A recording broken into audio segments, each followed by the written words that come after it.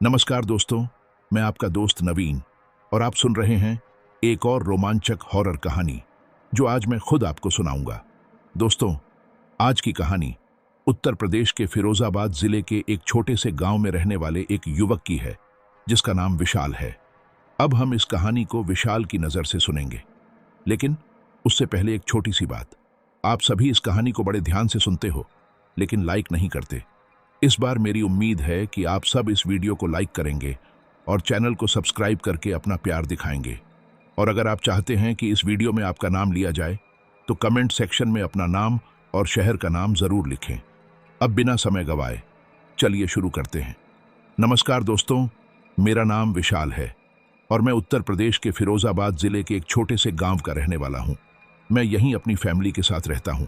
कभी कभी हमारे जीवन में ऐसे अनुभव होते हैं जो हमें हमेशा के लिए याद रह जाते हैं। कभी कभी हम अपनी आंखों के सामने ऐसी चीज़ें देखते हैं जिन्हें समझ पाना मुश्किल होता है। ऐसा लगता है कि शायद यह सब हमारा भ्रम है, लेकिन फिर कुछ पल बाद वही भ्रम यकीन बन जाता है और यकीन फिर भ्रम में बदल जाता है।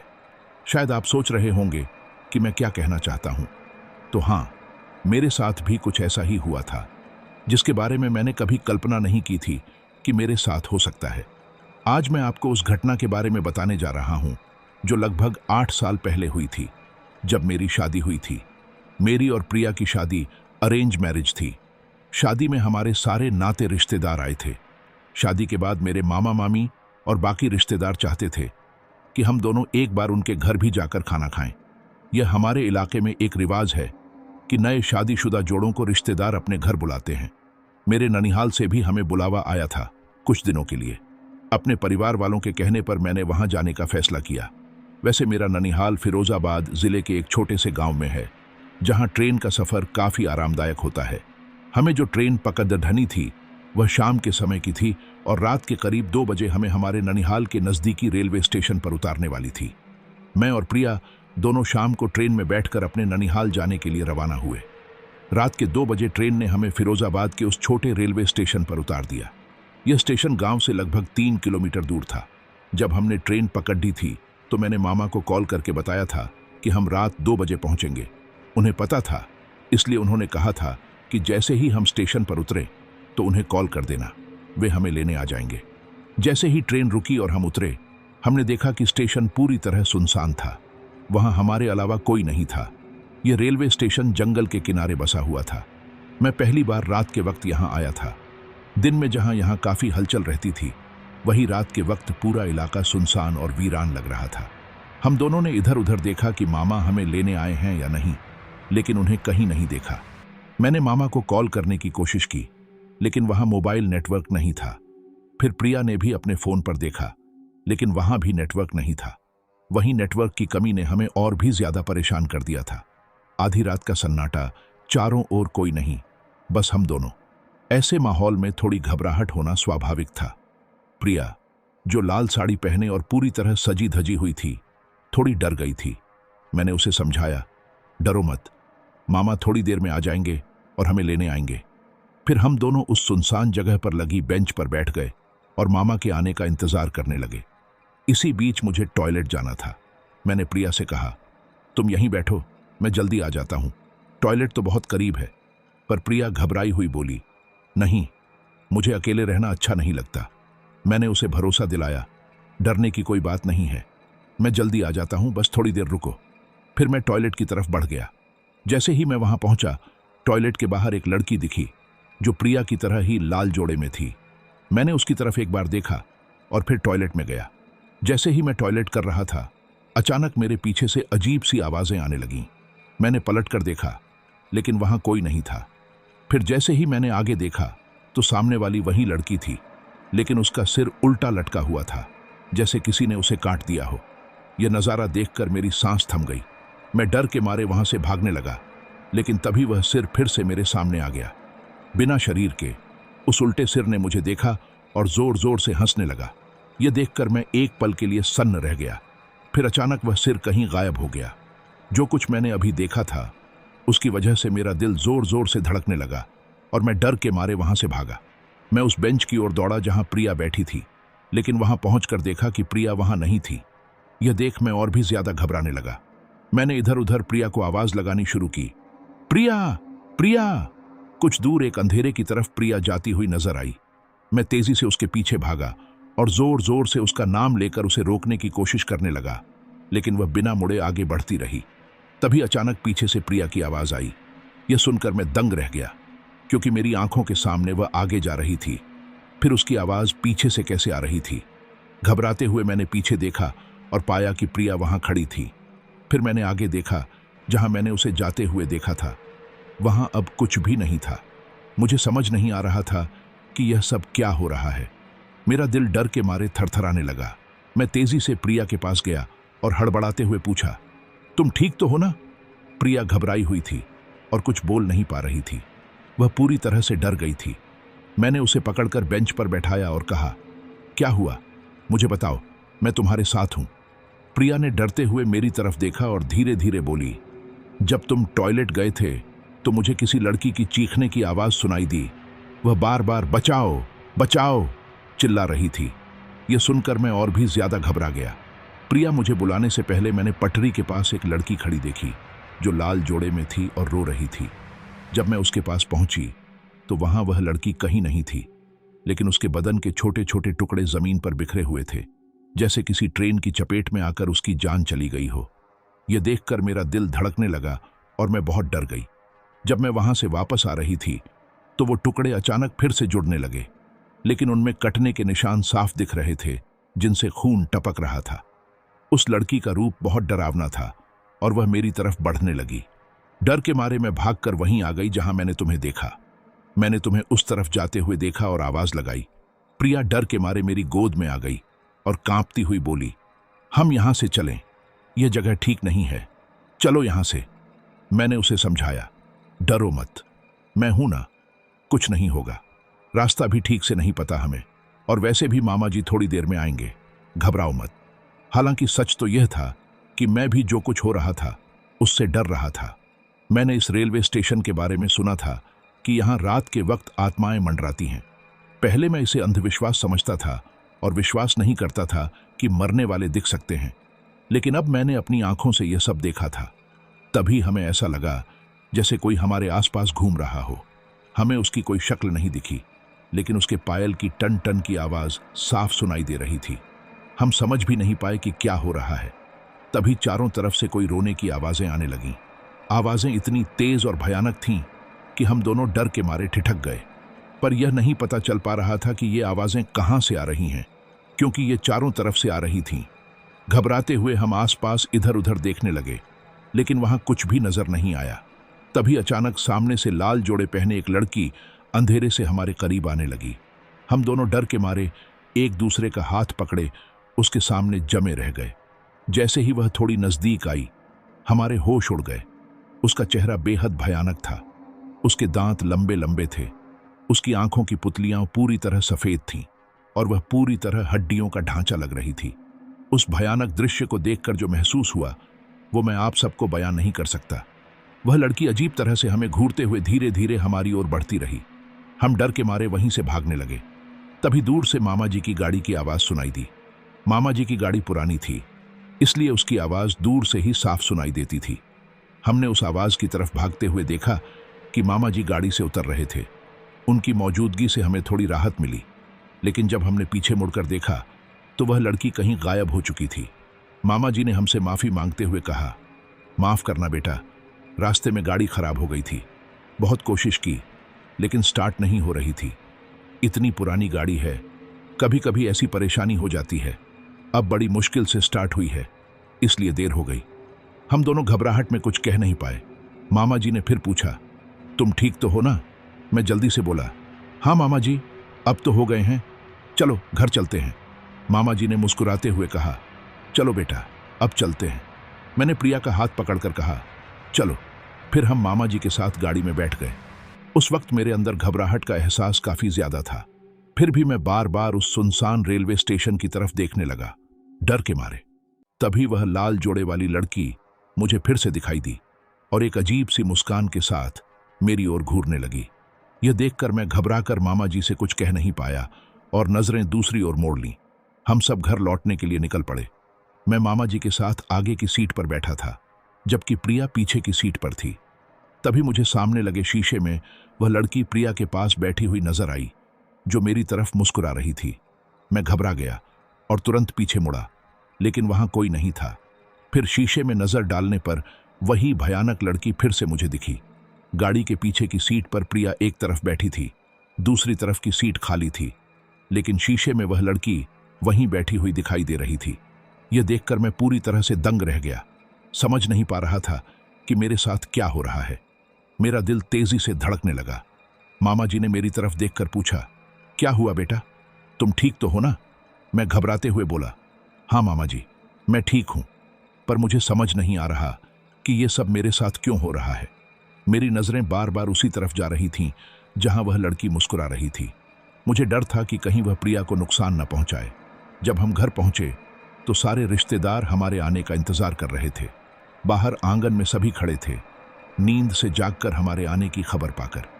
प्रिया और मैंने गाड़ी से उतरकर सबसे बड़े बुजुर्गों के पैर छुए और आशीर्वाद लिया। मामा जी के पैर भी हमने छुए, क्योंकि उस डरावनी रात के बाद हम बिल्कुल संभल नहीं पा रहे थे। आंगन में मेरी मामी और नानी दोनों बहुत खुश थीं। नानी ने प्यार से हमारे सिर पर हाथ रखा। तभी मामी आरती का थाल लेकर आईं और कहा, इतना लंबा सफर तय करके तुम दोनों आ गए हो। पहली बार हमारे यहाँ आने पर मामी ने जैसे ही आरती उतारनी शुरू की, अचानक दीपक बुझ गया। यह देखकर मामी थोड़ी घबराई और बोली, पता नहीं कैसे बुझ गया, अभी जलाती हूं। वह बार बार दीपक जलाने की कोशिश करने लगी, लेकिन दीपक जल नहीं रहा था। तब नानी बोली, दो मुझे, मैं जलाती हूं। उन्होंने दीपक जला दिया। फिर मामी ने हमारी आरती पूरी की और घर के अंदर आने को कहा। जैसे ही हम घर के अंदर गए, अचानक लाइटें कई बार बंद चालू होने लगीं। यह देखकर सभी घर वाले एक दूसरे को आश्चर्य भरी नजरों से देखने लगे। फिर अचानक पूरे घर की लाइट चली गई। नानी ने हंसते हुए कहा, इस लाइट को भी अभी जाना था। उन्होंने मेरे मामा के छोटे बेटे शिवम से कहा, शिवम, टॉर्च लेकर आओ। कुछ देर में शिवम टॉर्च लेकर आया और बोला, पड़ोस की लाइटें आ रही हैं, हमारी ही गई हैं, लगता है फ्यूज उड़ गया है। मामा ने कहा, मैं देखता हूं, और फ्यूज ठीक करने चले गए। कुछ देर बाद लाइट वापस आ गई। नानी ने मुस्कुराते हुए हमारी तरफ देखा और कहा, कब से तुम दोनों के आने का इंतजार कर रही थी, सफर में कोई परेशानी तो नहीं हुई ना? हम दोनों घबराकर एक दूसरे को देखने लगे। नानी भी थोड़ी घबराई हुई बोली, क्या हुआ, सब ठीक तो है ना? क्योंकि उन्होंने भी रेलवे स्टेशन के बारे में कई डरावनी बातें सुनी थीं। मैं सोच रहा था कि सबको बताऊं कि हमारे साथ क्या हुआ, लेकिन तभी मुझे वह भयानक लड़की नानी के पीछे खड़ी दिखी। मैं सन्न रह गया। मैं कुछ बोलना चाहता था, लेकिन वह लड़की बार बार मेरी ओर इशारा कर रही थी और फिर प्रिया की तरफ। ऐसा लगा जैसे कह रही हो कि अगर मैंने कुछ कहा तो मेरी पत्नी को नुकसान पहुंचा देगी। मैं पूरी तरह से डर गया। तब मामा ने मुझसे पूछा, बेटा, सब कुछ ठीक तो है ना, कोई बात है क्या? मैं हड़बड़ाते हुए उस लड़की की तरफ देखा, फिर मामा से बोला, हाँ हाँ, सब कुछ ठीक है। यह सुनकर प्रिया हैरानी से मेरी तरफ देखने लगी। तभी मेरी नानी ने कहा, दोनों तो थके हुए लग रहे हो, जाओ पहले अपने कमरे में आराम कर लो। फिर शिवम की तरफ देखते हुए बोली, शिवम, जाओ और अपने भैया भाभी को उनके कमरे तक छोड़कर आओ। शिवम ने तुरंत हामी भरी और हम दोनों को कमरे तक लेकर गया। जब हम कमरे में आए तो मैंने देखा कि प्रिया अभी भी काफी घबरा रही थी। वह मेरी तरफ देखकर बोली, तुमने घर वालों को सच क्यों नहीं बताया कि हमारे साथ वहां क्या क्या हुआ? मैंने जवाब दिया, तुम्हें तो पता है ना प्रिया, अगर हम सबको यह बताते तो वे बहुत परेशान हो जाते। वैसे भी ऐसी आत्माओं के बारे में बात करना ठीक नहीं, ये कुछ भी कर सकती हैं। प्रिया डरते हुए बोली, मैंने तो आज तक ऐसे सब बातें सिर्फ सुनी थीं और सोचा था ये सब अंधविश्वास हैं, लेकिन आज जो कुछ देखा वो सच में डरावना था। मैंने उसे समझाया, डरो मत, मैं हूं ना तुम्हारे साथ, कुछ नहीं होगा। चलो कपड़े बदलो और थोड़ा आराम कर लो, अच्छा लगेगा। जैसे ही मैंने कपड़े बदले, प्रिया ने अपने बैग से कुछ निकाला। मैंने उसकी तरफ देखा तो उसने मुस्कुराते हुए कहा, देखो मैं तुम्हारे लिए क्या लेकर आई हूं। वह एक हाथ का ब्रेसलेट निकालकर मेरे हाथ में पहनाने लगी और बोली, इसे पहन लो, मैं हमेशा तुम्हारे साथ रहूंगी। जैसे ही उसने यह कहा, उसकी आवाज थोड़ी भारी और डरावनी हो गई। मैं उसकी ओर हैरानी से देखने लगा।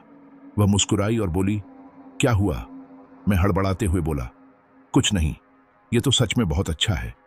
प्रिया मुस्कुराई और बोली, हाँ, जब मैं मायके गई थी तो वहीं से तुम्हारे लिए यह मंगवाया था। सोचा था तुम्हें सरप्राइज दूंगी, लेकिन जैसे ही हम पहुंचे वह सब हो गया। कुछ कहने का मौका ही नहीं मिला तो मैं मुस्कुराते हुए बोला, अच्छा, सच में बहुत खूबसूरत है। आई लव यू प्रिया। यह कहते हुए मैंने उसे गले लगा लिया। तभी मुझे उसके हाथों के अलावा पीछे से 2 और हाथ महसूस हुए, जैसे कोई नाखून मेरे पीछे की पीठ में चुभ रहे हों। यह एहसास होते ही मैं सामने लगे शीशे में झांका और मेरी रूह कांप उठी। प्रिया के साथ साथ वह भयानक लड़की भी मेरे गले में हाथ डालकर मुझे पकड़ रही थी। मैं घबराकर जल्दी से प्रिया को अपने से दूर करने लगा। प्रिया हैरानी से बोली, क्या हुआ? मैंने कहा, कुछ नहीं, तुम जाओ और कपड़े बदल लो, हमें सोना भी है। प्रिया ने धीरे धीरे हाँ कहा और कपड़े बदलने लगी। उस वक्त मेरे दिल की धड़कन तेज हो गई थी। मैं पूरी तरह घबरा चुका था। मन बहलाने के लिए मैं बिस्तर पर लेटकर मोबाइल देखने लगा। तभी अचानक मैं सामने लगे शीशे में देखा, जहां प्रिया अपने बाल संवार रही थी, उसके पीछे वही भयानक लड़की खड़ी थी। मैं एक पल के लिए सन्न रह गया। डर के मारे चिल्लाते हुए बोला, प्रिया। प्रिया ने मेरी तरफ देखा। मेरी हालत देखकर वह भी घबरा गई और पास आकर बोली, क्या हुआ? मैं चारों तरफ देखने लगा, लेकिन वह डरावनी लड़की कहीं नहीं थी। तब मैंने कहा, कुछ नहीं, बस सो जाओ, बहुत थक गए होंगे। प्रिया ने धीरे धीरे कहा, हाँ। फिर हम दोनों सोने के लिए लेट गए। उस रात जो कुछ भी हमारे साथ हुआ था, उसकी वजह से प्रिया बहुत डरी हुई थी। उसने अपना हाथ मेरे ऊपर रखा और सिर मेरे सीने पर टिकाकर अपनी आंखें बंद कर ली। मैं उसके बालों को धीरे से सहला रहा था। तभी मुझे ऐसा लगा कि कोई मेरे पास दूसरी तरफ लेटा हुआ है और पीछे से मुझे बाहों में भरने की कोशिश कर रहा है। डर के मारे मैंने उस तरफ देखा तो वही भयानक लड़की मेरे बगल में लेटी थी। वह अजीब मुस्कुराते हुए मुझ पर घूर रही थी और पीछे से मुझे अपने बाहों में दबाने की कोशिश कर रही थी। मैं डर के मारे झट से उठ बैठा। उसकी नींद भी खुल गई। उसने घबराकर मुझसे पूछा, क्या हुआ? मैंने उसकी ओर देखा और डरावनी लड़की को देखा, जो सीधे मेरी तरफ ताक रही थी। वह मेरे बहुत करीब थी और उसकी सूरत देखकर मैं पूरी तरह हिल गया। जो कुछ भी उस वक्त मेरे साथ गुजर रहा था, उसे शब्दों में बयान करना मुश्किल है। प्रिया फिर से घबराकर बोली, क्या हुआ विशाल? कुछ बताओ ना। मैं हड़बड़ाते हुए बोला, कुछ नहीं, बस थोड़ा डर गया हूं। अब प्रिया को भी लग गया था कि कुछ तो गड़बड़ है। तभी कमरे की दीवार पर लगी घड़ी में से टिन टिन की आवाज आई और साथ में कमरे में लगी एक छोटी सी मशीन ने गायत्री मंत्र बजाना शुरू कर दिया। जैसे ही घड़ी ने 4 बजाए, वह भयानक लड़की अचानक कहीं गायब हो गई। शायद उस वक्त गायत्री मंत्र सुनकर वह वहां से चली गई थी, क्योंकि उस अलार्म में टाइमिंग सेट थी और सुबह 4 बजे यह मंत्र बजने लगता था। उस लड़की के अचानक गायब होते ही मैं घबराकर चारों ओर देखने लगा, लेकिन वहां कुछ भी नहीं था। प्रिया ने फिर पूछा, क्या हुआ? मैंने कहा, कुछ नहीं, बस सुबह के 4 बज गए हैं। चलो थोड़ी देर और सो जाते हैं, नहीं तो बहुत थकान हो जाएगी। मैंने यह कहते हुए आंखें बंद कर लीं, लेकिन घबराहट की वजह से हम दोनों की नींद नहीं आ रही थी। बस ऐसे ही लेटे रहे, आंखें बंद किए हुए। सुबह होते ही शिवम ने हमारे कमरे का दरवाजा खटखटाया। मैंने दरवाजा खोला तो देखा कि वह हमारे लिए चाय लेकर आया था। उसने मुझे देखकर कहा, गुड मॉर्निंग भैया। मैंने मुस्कुराते हुए कहा, गुड मॉर्निंग। फिर उसके हाथ से चाय ली और निशा को जगाया। हमने चाय पी। फिर शिवम ने हमें बाथरूम का रास्ता बताया। नहा धोकर तैयार होकर हम नीचे आए। हमारे आने पर सभी घर वाले बहुत खुश हुए। मेरे मामा, मामी, शिवम और नानी हमारे परिवार के वो लोग थे जिनसे मेरा बचपन से गहरा लगाव था। बचपन में गर्मियों की छुट्टियों में मैं हर बार मामा के घर आता था। वह सफ़र दिन का होता था और कुछ दिन रुककर फिर चला जाता था, लेकिन कॉलेज के बाद पढ़ाई पूरी होने तक कभी आने का मौका नहीं मिला। तभी मामी ने पूछा, क्या हुआ बेटा? मैंने जवाब दिया, कुछ नहीं मामी, बस पुराने दिनों की याद आ रही थी। पहले तो मैं अक्सर आता था, लेकिन आप लोगों ने कितना कहने के बाद भी टाइम नहीं निकाल पाया। हम बातें करने लगे। मेरी नानी मुस्कुराते हुए बोली, हाँ, पहले तुम बहुत आते थे, फिर अचानक आना बंद कर दिया। अच्छा हुआ इस बार हमारी बात मानी और अपनी पत्नी को लेकर आए, वरना हम सोच रहे थे कि इस बार भी कोई बहाना बनाओगे और हमेशा के लिए आना बंद कर दोगे। हंसते हुए उन्होंने कहा, रात को इतनी देर से आए थे, सोचा आराम कर लोगे तो अच्छा रहेगा, इसलिए बात नहीं की। अब तो बात कर सकते हो ना? मैंने हंसते हुए कहा, हाँ। नानी ने हंसते हुए कहा, खड़े क्यों हो, आओ बैठो। और फिर मुझे और प्रिया को अपने पास बिठा लिया। प्रिया की तरफ देखते हुए उसके सिर पर हाथ रखकर मुस्कुराते हुए बोली, सच में बड़ी खूबसूरत है। फिर वह प्रिया की तारीफ करने लगी। सब लोग हमसे बातें करने लगे और प्रिया को मेरे बचपन की यादें सुनाने लगे। लेकिन जो कुछ हमारे साथ हुआ था उसे याद करके मैं अंदर से घबराने लगा। उस वक्त मैं मामा मामी को सब सच बताना चाहता था, लेकिन उस आत्मा के डर से कि कहीं वह प्रिया को नुकसान न पहुंचा दे, मैं चुप रहा। प्रिया भी मेरे कहने पर चुप रही, पर वह बहुत डरी हुई थी। तभी नानी ने प्रिया की तरफ देखते हुए पूछा, क्या हुआ बेटा, तुम काफी परेशान लग रही हो, कोई बात तो है ना? प्रिया ने मेरी तरफ देखा तो मैं हड़बड़ाते हुए बोला, नहीं, ऐसी कोई बात नहीं, बस रात को नींद पूरी नहीं हुई थी, शायद इसलिए ऐसा लग रहा होगा। नानी ने सहमति में सिर हिलाया, हाँ बेटा। फिर मैं नानी, मामा और शिवम के साथ बैठकर बातें करने लगा, जबकि प्रिया मामी के साथ रसोई में उनकी मदद कर रही थी। उस समय मैं रात को हुए डरावने हादसे को कुछ देर के लिए भूल गया। फिर हम सब ने साथ मिलकर खाना खाया। खाने के बीच नानी ने मेरी तरफ देखते हुए कहा, अब कम से कम 15 दिन तो तुम्हें हमारे यहाँ रुकना ही होगा। मैंने हंसते हुए जवाब दिया, नहीं नानी, इतना तो नहीं रुक पाऊंगा, लेकिन हाँ, 4-5 दिन रुक सकते हैं। वैसे तो मैं इतना भी रुकना पसंद नहीं करता, मेरी छुट्टियां भी नहीं हैं, लेकिन मम्मी ने कहा है कि तुम्हारा बहुत मन है, इसलिए मैंने थोड़ी एक्स्ट्रा छुट्टी ले ली है। हम बातें करते हुए खाना खा रहे थे। फिर मामी बाहर गईं, गाय भैंसों के लिए चारा देने, और प्रिया अपने कमरे में वापस चली गई।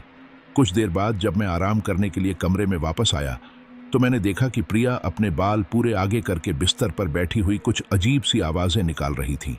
ऐसा लग रहा था जैसे वह कुछ कह रही हो, लेकिन उसकी बातें समझ में नहीं आ रही थीं, क्योंकि उसकी पीठ मेरी तरफ थी। मैंने पूछा, प्रिया, क्या हुआ? जैसे ही मैंने यह कहा, प्रिया ने अचानक अपनी गर्दन मेरी तरफ तेजी से घुमाई और मुझ में गुस्से भरी नजरें डालने लगी। सामने जो नजारा था उसे देखकर मैं एक पल के लिए डर गया और सहमक कर नीचे जमीन पर गिर पड़ा, क्योंकि सामने प्रिया नहीं बल्कि एक औरत खड़ी थी जो मुझसे गुस्से से घूर रही थी। उस अजीब रूप को देखकर मेरी आवाज तक निकल नहीं रही थी। मैं बस जमीन पर पड़ा उसे घूरता रहा। कुछ ही पलों बाद प्रिया कमरे में आई और मुझे जमीन पर पड़ा देखकर बोली, क्या हुआ, तुम ठीक तो हो ना? मैं हैरानी से उसकी तरफ देखा और फिर बिस्तर की ओर देखा, लेकिन वह लड़की अब वहां नहीं थी। प्रिया ने फिर पूछा, क्या हुआ, तुम कैसे गिर पड़े, ठीक हो ना? मैंने कहा, हाँ, कुछ नहीं, बस पैर मुड़ गया था इसलिए गिर पड़ा। प्रिया ने मुझे पकड़कर सहारा दिया और कहा, अपना ध्यान रखना। मैं थोड़ा घबराते हुए बोला, हाँ ठीक है, और फिर सामने की ओर देखा, लेकिन वह अजीब लड़की कहीं नजर नहीं आ रही थी।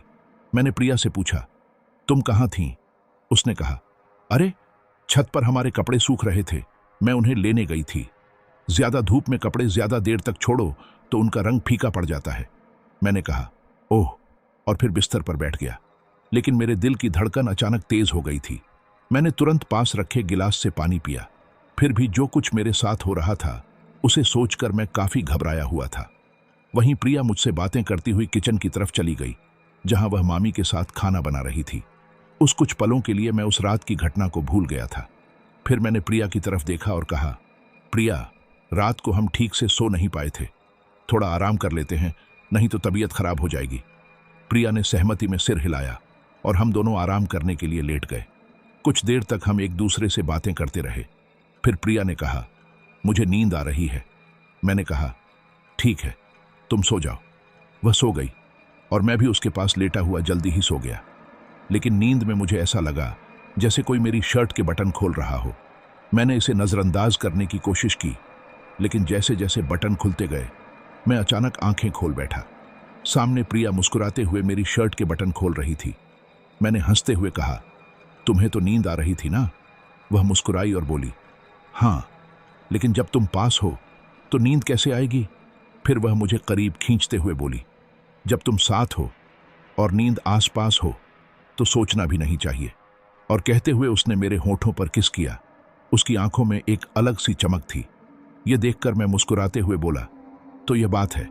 जैसे ही मैंने प्रिया को अपने करीब खींचा, मुझे अचानक एक अजीब सी बदबू महसूस हुई, लेकिन मैंने इसे नजरअंदाज करते हुए प्यार से उसकी आंखों में देखा। तभी प्रिया मेरी तरफ देखकर मुस्कुराई और बोली, अब बस ऐसे ही मुझे देखते रहोगे या कुछ करोगे? यह कहकर वह धीरे धीरे मेरी शर्ट के बटन खोलने लगी। प्रिया को इस तरह देखकर मैं थोड़ा हैरान था, क्योंकि वह काफी शर्मीली किस्म की लड़की थी। हमारी शादी को अभी कुछ ही दिन हुए थे और आज उसने जो किया उसे देखकर मैं चकित रह गया। वह मेरे पास आई और धीरे धीरे मेरे करीब आ गई। हम दोनों बहुत पास थे। फिर वह मेरे होंठों पर धीरे से किस करने लगी और मैं उसकी बातों में खोता जा रहा था। मैंने उसे गले लगा लिया। उसकी गर्म सांसें मेरे चेहरे को छू रही थीं। फिर अचानक मैंने महसूस किया कि उसके हाथ मेरे पीठ पर कुछ खुरदरे से लग रहे हैं। यह देखकर मैं हैरान होकर उसे धीरे से अलग करने लगा, पर कुछ गलत नहीं था। प्रिया ने मेरी तरफ देखते हुए पूछा, क्या हुआ? मैंने कहा, कुछ नहीं।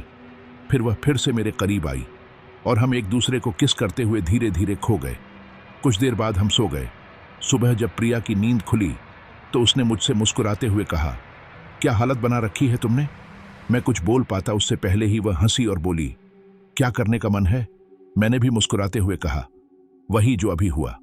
सच कहूं तो तुम आज सच में बहुत रोमांटिक लग रही थी। यह सुनकर प्रिया हैरानी से मेरी तरफ देखकर बोली, तुम क्या बात कर रहे हो? मैंने तो कुछ किया ही नहीं। मैंने मुस्कुराते हुए कहा, अब इतना मासूम बनने की कोशिश मत करो। हम दोनों पति पत्नी हैं। वो थोड़ी उलझन में रह गई और बोली, मुझे समझ ही नहीं आ रहा कि आप क्या कह रहे हो। कहकर वह उठी और वहां से जाने लगी। फिर अचानक उसने मेरी तरफ देखा और पूछा, क्या आपने मेरे साथ कुछ किया था? मैं कुछ बोलता उससे पहले ही वह चुप हो गई। उसकी बातों से मैं थोड़ा अचंभित हो गया, लेकिन सोचा शायद वो बस मजाक कर रही होगी, इसलिए ज्यादा ध्यान नहीं दिया। शाम हो चुकी थी। हम दोनों तैयार होकर बाहर आए। घर के सभी सदस्य आंगन में हमारा इंतजार कर रहे थे। सब लोग बैठकर बातें कर रहे थे। तब प्रिया अचानक उठकर चली गई। हमने उस पर ज्यादा ध्यान नहीं दिया। मामा, मामी, नानी सभी बातें कर रहे थे। तभी मामी ने कहा, शाम हो गई है, मैं खाना बनाने जा रही हूं। जैसे ही वह रसोई में गई, अचानक बर्तनों गिरने की तेज आवाज आई। हम सब घबराकर रसोई की तरफ भागे। वहां देखा कि प्रिया के हाथ में एक मुर्गा था और एक थाली में कटा हुआ मुर्गा रखा था। यह देखकर हम सब चौंक गए, क्योंकि हमारा परिवार शाकाहारी था। मामी ने घबराते हुए पूछा, बेटा, यह बहू को क्या हो गया? मैंने देखा है कि प्रिया मुर्गा काट रही थी। मैंने कहा, हमारे यहां ऐसे खाने की आदत नहीं है। यह सुनकर प्रिया गुस्से में इधर उधर बर्तन फेंकने लगी। मैंने उससे कहा, प्रिया, यह क्या हरकत है? उसने गुस्से में मुझे घूरा और जिस नजरिए से देखा, उस एक पल में हम सब डर गए। बिना कुछ बोले वह मुर्गा लेकर वहां से चली गई। हम सब उसकी इस हरकत को देखकर हैरान थे। मुझे समझ नहीं आ रहा था कि प्रिया यह मुर्गा कहां से लेकर आई। शायद वह पड़ोस के किसी मुर्गी पालन वाले से लेकर आई होगी, लेकिन कोई भी घर से बाहर जाते हुए उसे नहीं देख पाया था। यह सोचकर मैं बहुत चकित था। प्रिया को तो मांसाहारी खाने से नफरत थी, तो आज वह ऐसा क्यों कर रही थी? तभी नानी ने कहा, वैसे तो प्रिया बहुत अच्छी लड़की है। हो सकता है उसके घर में कोई मांसाहारी हो और उसे भी इस आदत की वजह से यह सब कर रही हो। शायद उसे पता नहीं कि हमारे यहाँ यह सब स्वीकार्य नहीं है। मैंने कहा, नहीं नानी, प्रिया के परिवार में कोई भी ऐसा नहीं खाता। खुद प्रिया को भी यह पसंद नहीं है। शादी से पहले हम रोज बात करते थे और उसने मुझे बताया था कि एक बार उसने किसी मांसाहारी दुकान के सामने से गुजरते हुए उल्टियां कर दी थीं। मामा बोले, तुम उससे बात करो, पता लगाओ कि अगर उसे यह पसंद नहीं है तो वह ऐसा क्यों कर रही है। फिर नानी ने मामी से कहा, जल्दी से रसोई की सफाई करो और गंगा जल छिड़क दो। उसके बाद मैं अपने कमरे में चला गया। जैसे ही कमरे में पहुंचा, मैंने देखा कि एक कोने में प्रिया घुटनों में सिर छुपाए रो रही थी। यह देखकर मैंने उससे पूछा, प्रिया, तुम क्यों रो रही हो? यहां तो कोई ऐसी चीज नहीं खाते और तुम खुद भी इनसे नफरत करती हो। फिर आज तुमने ऐसा क्या किया? पर वह रोती रही। मैं उसके पास जाकर बोला, प्रिया, मेरी तरफ देखो और मेरी बात समझने की कोशिश करो। लेकिन जब उसने गुस्से में मुझे घूरा तो मैं डर के मारे ठिठक गया। उसका चेहरा पूरी तरह बदल चुका था। अब मैं उस लड़की को नहीं देख रहा था, बल्कि एक डरावनी आत्मा को देख रहा था। उसका पूरा चेहरा खून से सना हुआ था। यह देखकर मैं तुरंत पीछे हट गया और घबराया हुआ था। उस आत्मा ने गुस्से में मेरी तरफ देखा और धीरे धीरे मेरे करीब आई। फिर भारी आवाज में बोली, तुम्हें मैं अपने साथ ले जाऊंगी, फिर हम दोनों हमेशा साथ रहेंगे। उसकी मुस्कान बहुत ही अजीब और डरावनी थी। उसकी आवाज सुनकर मैं बुरी तरह घबरा गया। मेरी सोचने समझने की शक्ति जैसे खत्म हो गई थी। मैं भागना चाहता था, लेकिन जैसे ही वह हाथ बढ़ाकर मेरी गर्दन पकड़ने लगी, मैं चिल्ला भी नहीं पाया। मेरी सांसें जैसे गले में अटक गई थीं। तभी उसने मेरी गर्दन पकड़कर मुझे दीवार की तरफ धकेल दिया। डर के मारे मैं उसकी तरफ देख रहा था। उसके चेहरे पर एक अजीब सी मुस्कान थी। मैं बहुत घबरा गया और खुद को छुड़ाने की कोशिश करने लगा, लेकिन वह मुझे कसकर पकड़ रही थी। तभी कमरे के बाहर किसी के कदमों की आहट सुनकर उसने मुझे छोड़ दिया, जिससे मैं जमीन पर गिर पड़ा। मेरे सिर में चोट लग गई और मैं बेहोश हो गया। जब मेरी होश आई तो देखा कि सारे परिवार वाले मेरे पास थे। मेरी नानी ने मुझसे पूछा, बेटा तुम ठीक हो? सब मेरी चिंता कर रहे थे। तभी मामा ने पूछा, बेटा तुम्हारे सिर में चोट कैसे लगी? गिर गए क्या? मैं कुछ कहने ही वाला था कि मेरी नजर प्रिया पर पड़ी, जो मेरी तरफ देखकर रो रही थी। लेकिन तभी मैंने देखा कि प्रिया के पीछे वही डरावनी लड़की खड़ी थी, जो मेरी तरफ देखकर मुस्कुरा रही थी। उसने इशारा किया कि अगर मैंने किसी को भी इस घटना की सच्चाई बताने की कोशिश की तो वह अभी यहीं प्रिया को मार डालेगी। उसने दोनों हाथों को प्रिया की गर्दन की ओर बढ़ाया। उसके नाखून नुकीले और बड़े थे। यह देखकर मैं घबरा गया और जल्दी से बोला, नहीं, मेरे साथ कुछ नहीं हुआ। सब लोग हैरानी से मुझे देखने लगे। मैंने कहा, जब मैं कमरे में गया था तो मेरा पैर फिसला और मैं दीवार से टकरा गया, इसलिए मैं बेहोश हो गया। शायद इसीलिए सिर में चोट लगी है। मैंने डरते हुए उस लड़की की तरफ देखा तो उसने अपने हाथ वापस खींच लिए और अजीब सी मुस्कान के साथ मेरी तरफ देखा। उस वक्त मेरी धड़कन तेज हो गई थी। यह देखकर मेरे मामा बोले, अरे बेटा, अगर ऐसे गिर गए थे तो फिर इतना डर क्यों रहे हो, जैसे किसी भूत को देख लिया हो? मैं घबराते हुए बोला, कुछ नहीं। तभी मेरी नानी ने कहा, सिर में चोट लगी है तो घबराहट तो होगी, ज्यादा दर्द तो नहीं हो रहा ना? मैंने सिर हिलाकर कहा, नहीं, अब ठीक लग रहा है। फिर सब कुछ देर तक बैठकर बातें करने लगे और धीरे धीरे बाहर चले गए। तभी प्रिया मेरे पास आई, आंखें नम थीं और बोली, मैं तो बहुत डर गई थी। जब मैं कमरे में आई और तुम्हें इस हालत में देखा तो सबको बुला लाई। मामा ने तुम्हारे सिर पर पट्टी बांधी, अगर तुम्हें कुछ हो जाता। वह रोने लगी। मैं सोचने लगा कि जो कुछ मेरे साथ हो रहा है वह उस डरावनी आत्मा की वजह से हो रहा है। लेकिन आखिर वह कौन है? वह मुझसे क्या चाहती है? मैं उसे जानता भी नहीं, फिर भी वह बार बार कहती रहती है कि मुझे अपने साथ ले जाएगी। मैं यही सोच रहा था कि अचानक कानों में एक भयावह आवाज गूंजने लगी, मैं तुम्हें चाहती हूं, तुम्हारे साथ रहना चाहती हूं। मैं घबराकर इधर उधर देखने लगा, लेकिन वहां कोई नहीं था। तभी प्रिया ने पूछा, क्या हुआ? मैं बोला, कुछ नहीं, और चुप हो गया। प्रिया मेरे पास आकर मेरे सिर पर हाथ फेरने लगी। तभी मुझे महसूस हुआ कि उसके हाथ बदल रहे हैं। उसके नाखून लंबे और नुकीले हो गए थे, जैसे मेरे बाल नोच रहे हों। मैं घबराकर उसकी ओर देखा तो वह अजीब मुस्कुराहट के साथ मेरी आंखों में झांक रही थी। अब मैं इतना घबराया था कि कुछ बोल नहीं पा रहा था। डर था कि यह आत्मा कब मेरी और प्रिया की जान ले ले। तभी प्रिया बोली, तुम्हारे लिए खाना लेकर आती हूं। वह उठकर चली गई और दरवाजे पर मुड़कर एक बार फिर मेरी ओर देखा। उसके चेहरे पर एक डरावनी मुस्कान थी। फिर वह वहां से चली गई।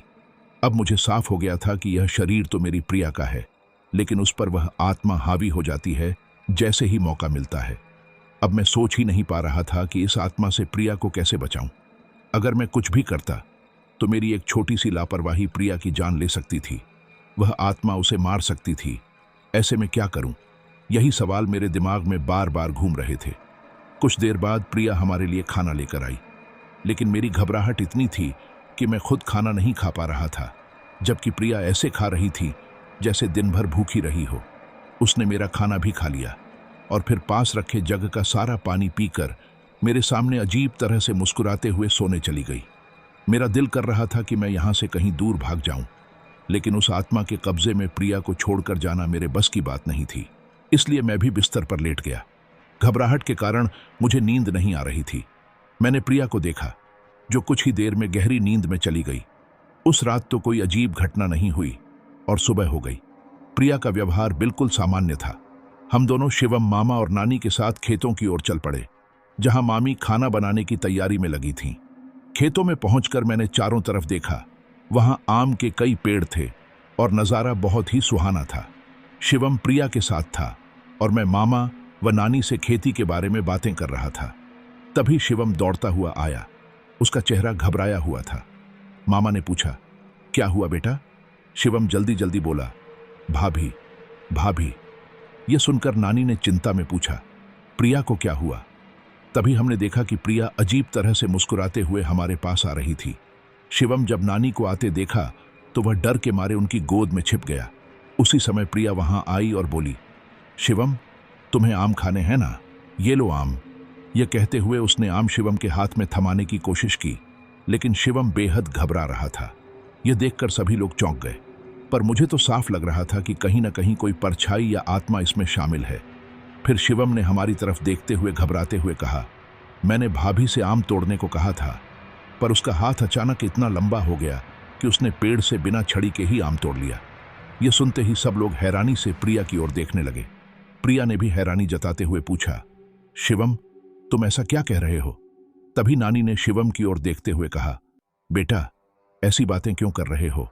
शिवम ने डरते हुए कहा, मैं सच बोल रहा हूं दादी, मुझे पता है यह सच है, लेकिन किसी ने उस पर यकीन नहीं किया। उस दिन हम खेतों से वापस लौट आए। प्रिया का व्यवहार कभी सबके साथ अच्छा रहता तो कभी अचानक बहुत अजीब हो जाता था। शाम को जब हम घर लौट रहे थे तो नानी ने रास्ते में देवी मंदिर की ओर इशारा करते हुए कहा, यहां देवी मां का मंदिर है, कभी कभार ही आता हूं मैं। आज यहां से गुजर रही थी, सोचा सब मिलकर आशीर्वाद ले लें। हम सब मंदिर की ओर चल दिए। मैंने देखा कि प्रिया कुछ ज्यादा ही चिंतित और परेशान सी लग रही थी। मुझे साफ महसूस हो रहा था कि वह आत्मा बहुत बेचैन है। तभी प्रिया चक्कर खाकर गिरने लगी, जिसे मैंने तुरंत संभाल लिया। वह हैरानी से हमारी तरफ देखने लगी तो मैंने कहा, चलो प्रिया। प्रिया ने हैरानी से पूछा, मैं यहां कैसे आई? मैं तो घर पर थी ना। मैंने उसे इशारे से चुप रहने को कहा और साथ में मंदिर के अंदर ले गया। देवी मां के दर्शन के दौरान मैंने दूर सड़क पर उस आत्मा को देखा जो गुस्से में हमारी तरफ देख रही थी। मुझे समझ आ गया कि वह आत्मा मंदिर के अंदर नहीं आ सकती, लेकिन हम यहां हमेशा नहीं रह सकते थे। अगर मैंने घर वालों को कुछ बताया और आत्मा को पता चल गया तो क्या होगा? ये सोचकर मेरे मन में कई सवाल उठने लगे। जब हम मंदिर से बाहर निकले और घर लौटने लगे तो प्रिया अचानक एक पत्थर से टकराकर गिर पड़ी। मैंने उसे उठाते हुए पूछा, क्या हुआ? चलो उठो। उसने गुस्से से मेरी तरफ देखा और उसी पल मुझे समझ आ गया कि वह आत्मा प्रिया के अंदर आ चुकी है। मैंने सबको शांत रहने को कहा और कहा, चलो प्रिया को लेकर घर चलते हैं। हम सब चुपचाप घर लौट आए। घर पहुंचकर मामी ने खाना बना रखा था। हम सब ने हाथ धोए और रात का खाना खाने बैठे। पर जिस तरह प्रिया खाना खा रही थी उसे देखकर सब दंग रह गए। उसने इतनी रोटियां, चावल, सब्जी खा ली कि सब हैरान रह गए। साथ ही वह एक साथ खूब सारा पानी और पूरा 1 लीटर दूध भी पी गई। घर के लोग एक दूसरे को देखकर हैरानी जता रहे थे। मैंने प्रिया का हाथ पकड़कर उसे रोकते हुए कहा, बस करो, चलो यहां से चलते हैं। तब प्रिया ने एक गहरी और डरावनी आवाज में कहा, मुझे और खाना चाहिए। उसकी उस डरावनी आवाज को सुनकर सभी लोग हैरान होकर उसकी तरफ देखने लगे। मैंने प्रिया का हाथ मजबूती से पकड़ लिया और जबरदस्ती उसे कमरे में ले गया। कमरे का दरवाजा अच्छी तरह बंद कर दिया और कहा, यहां रहो, बाहर जाने की कोई जरूरत नहीं। दिल में बेचैनी थी कि पता नहीं यह आत्मा मेरी प्रिया से क्या क्या करवाएगी। मैं खुद भी उसकी मौजूदगी से डर रहा था, लेकिन अपनी पत्नी को अकेला छोड़ना भी नहीं चाहता था। रात को जब मैं सोने के लिए लेटा तो प्रिया ने अपना सिर मेरे सीने पर रखा। उसके हाथ बहुत सख्त और खुरदरे लग रहे थे। वह अजीब तरीके से मेरी तरफ देख रही थी और करीब आने की कोशिश कर रही थी। गुस्से में मैंने उसे पीछे धक्का दिया और कहा, चुपचाप सो जाओ। वह गुस्से में मुझे घूर रही थी, लेकिन मैंने करवट लेकर सोने की कोशिश की। कुछ देर बाद नींद आ गई। हालांकि बेचैनी बनी हुई थी, क्योंकि कई दिनों से अच्छी नींद नहीं आई थी।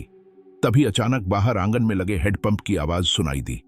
मेरी नींद खुल गई और घड़ी देखी तो रात के 10 बज रहे थे। इस वक्त हेडपंप कौन चला रहा होगा? मैं सोचता रहा। तुरंत प्रिया की तरफ देखा, लेकिन वह कमरे में नहीं थी।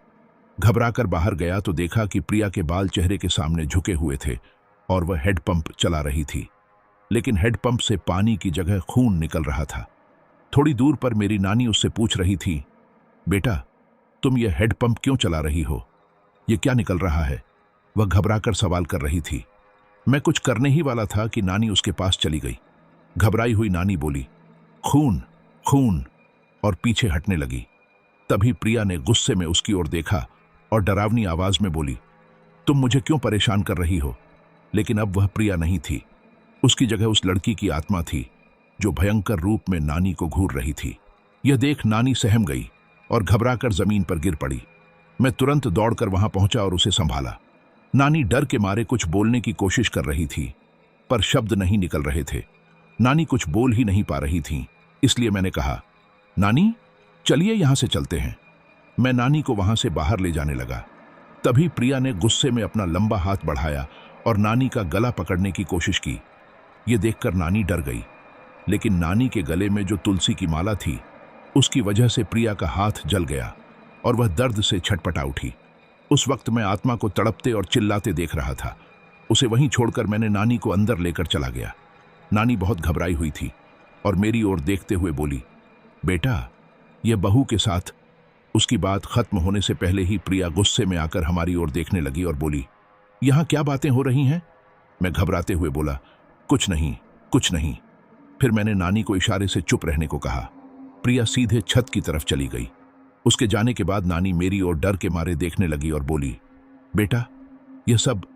मैंने घबराकर बीच में ही रोकते हुए कहा, नानी, किसी से कुछ मत कहना, वरना वह आत्मा मेरी प्रिया को मार डालेगी। नानी हैरानी से मेरी तरफ देखने लगी।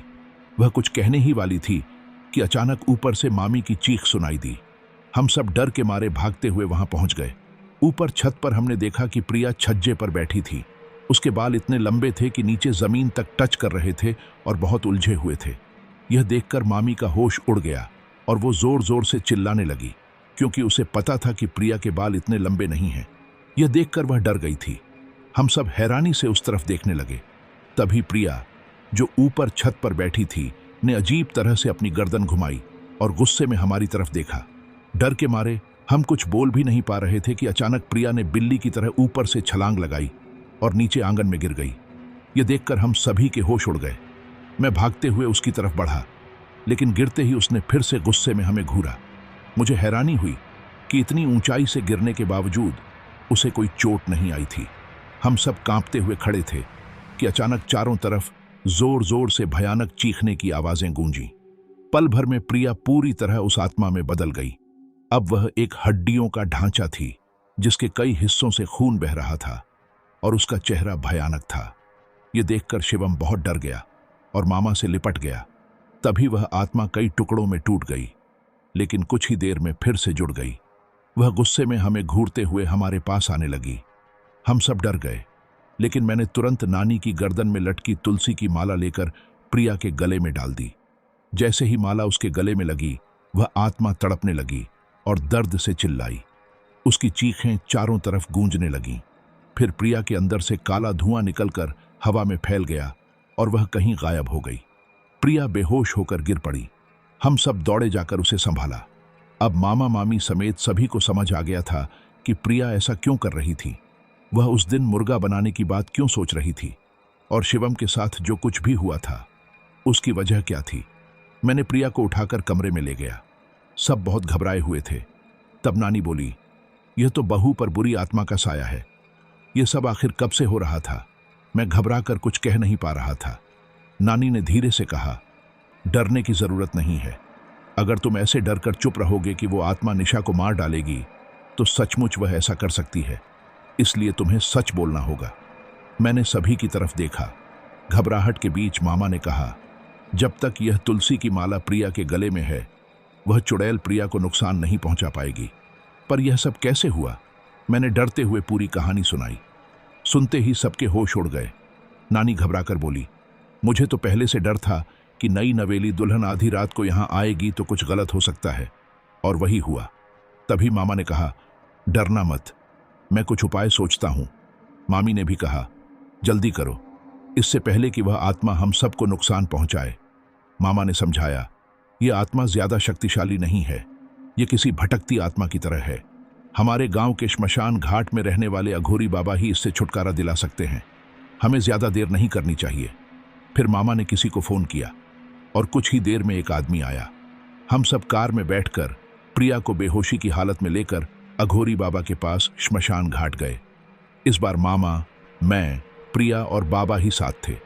नानी और मामी को हमने साथ नहीं लिया, क्योंकि श्मशान घाट में महिलाओं का जाना उचित नहीं माना जाता। पर प्रिया को इलाज के लिए साथ लेकर जाना जरूरी था। श्मशान घाट पहुंचकर हमने देखा कि चारों तरफ सन्नाटा था, जो बहुत डरावना लग रहा था।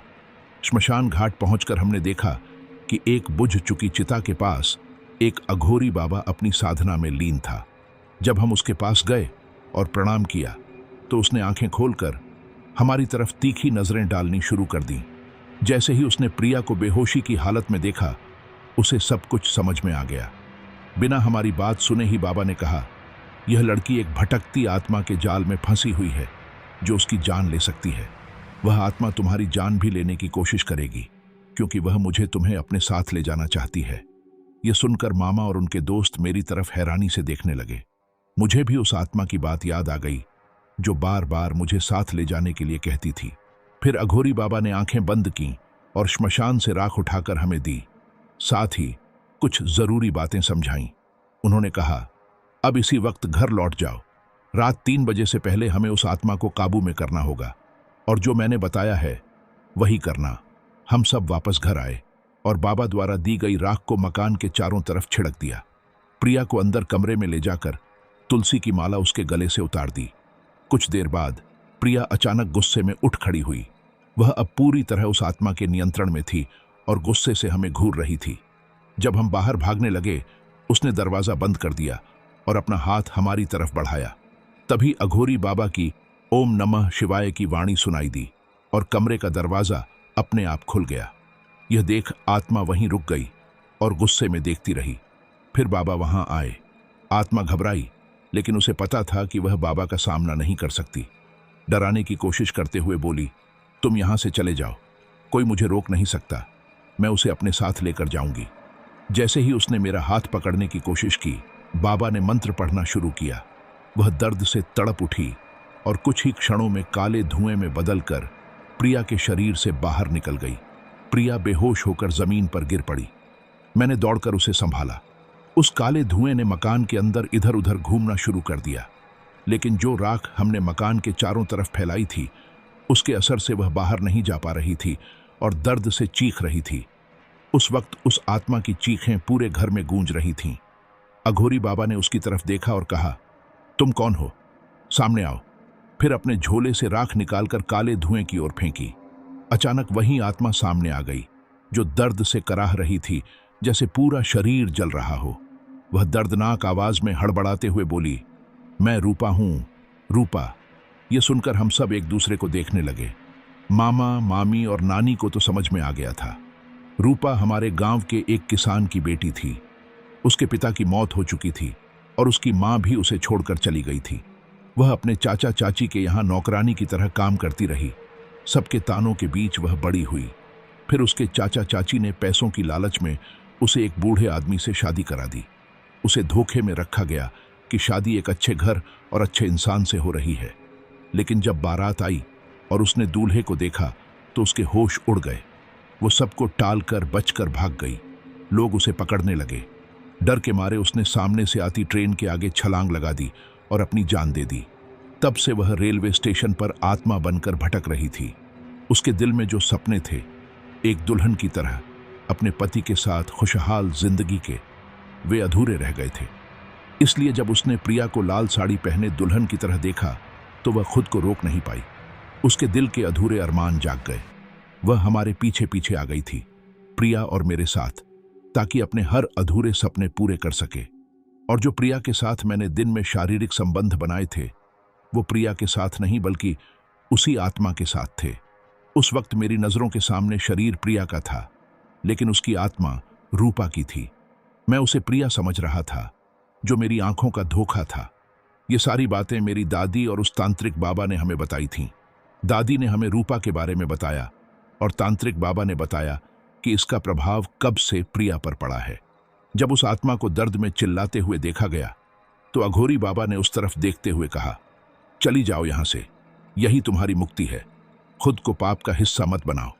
ये कहते हुए उन्होंने भगवान भोलेनाथ का स्मरण किया और फिर अपने झोले से राख निकालकर उस आत्मा की ओर फेंकी। उस आत्मा ने दर्द से छटपटाते हुए चिल्लाहट की और वहां से गायब हो गई।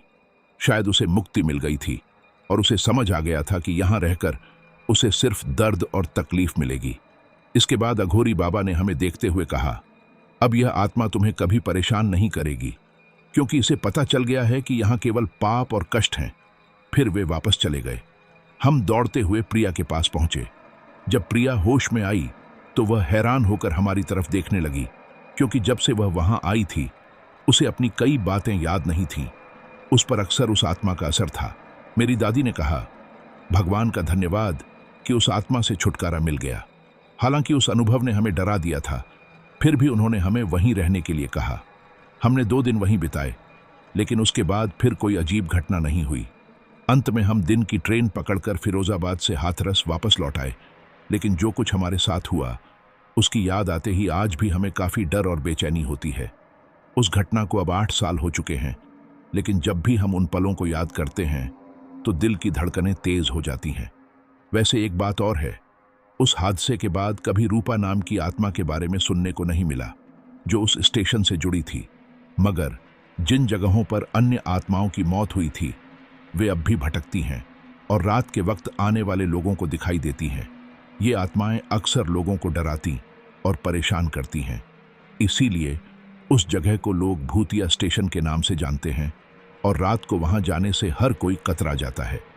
कुछ वक्त बाद हम फिर से अपनी ननिहाल गए, लेकिन इस बार दिन में, क्योंकि उस डरावने रात के सफर के बाद हम न तो वहां और न ही कहीं भी रात के वक्त जाने की हिम्मत जुटा पाए। मैं यह सब आप लोगों से इसलिए साझा कर रहा हूं ताकि आप भी अनजानी या डरावनी जगहों पर जाने से पहले 2 बार सोचें। हमारी जल्दबाजी या एक छोटी सी गलती कभी कभी हमारी पूरी जिंदगी पर भारी पड़ सकती है और उसका असर हम कल्पना भी नहीं कर सकते। तो दोस्तों, आपको हमारी यह कहानी कैसी लगी?